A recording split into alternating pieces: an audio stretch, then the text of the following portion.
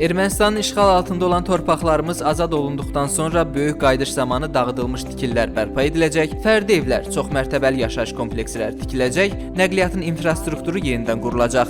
Bütün bunlar Azərbaycan Memarlıq və İnşaat Universitetinin sabah qrupları tələbələrinin hazırladığı Ağdam nümunəsində Qarabağın davamlı inkişafı adlı layihədə öz əksini tapır.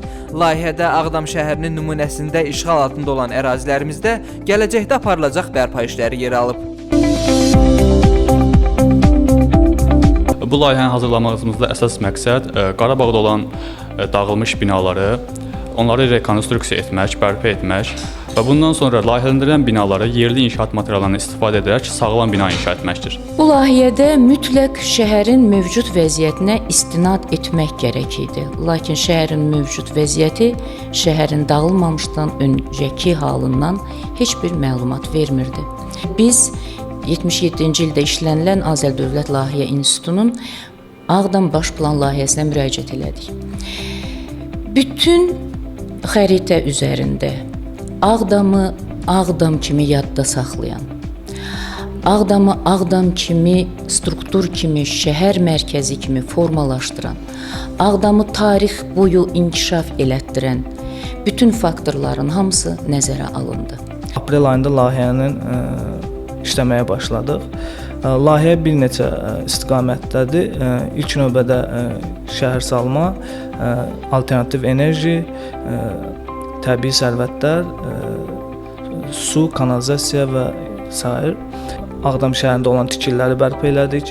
Oradakı tarixi və memarlıq abidələrini bərpa elədik. Bərpa ilə yanaşı biz Ağdam sakinləri ilə də sıx əlaqədə olduq. İnsanların fikirlərini nəzərə aldıq və fərdi yaşayış evlərini bərpa elədik.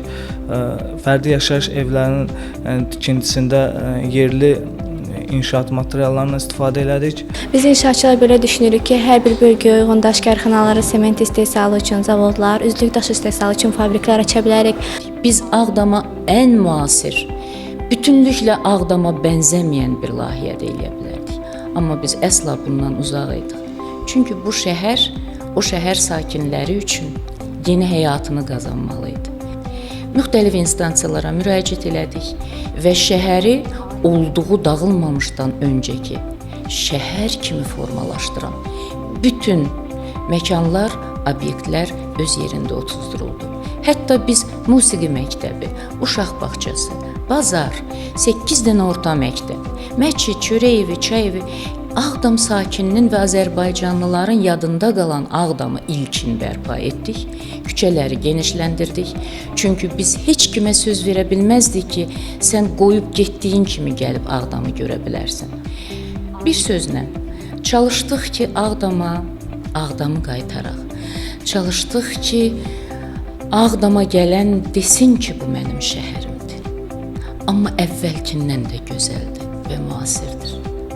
Çalışdıq ki, hər kəs gələn kimi öz evini tapmasa da, məktəbini tapsın, məscidini tapsın, muzeyini tapsın, mədəniyyət sarayını tapsın, abidələrini tapsın. Bu az deyil.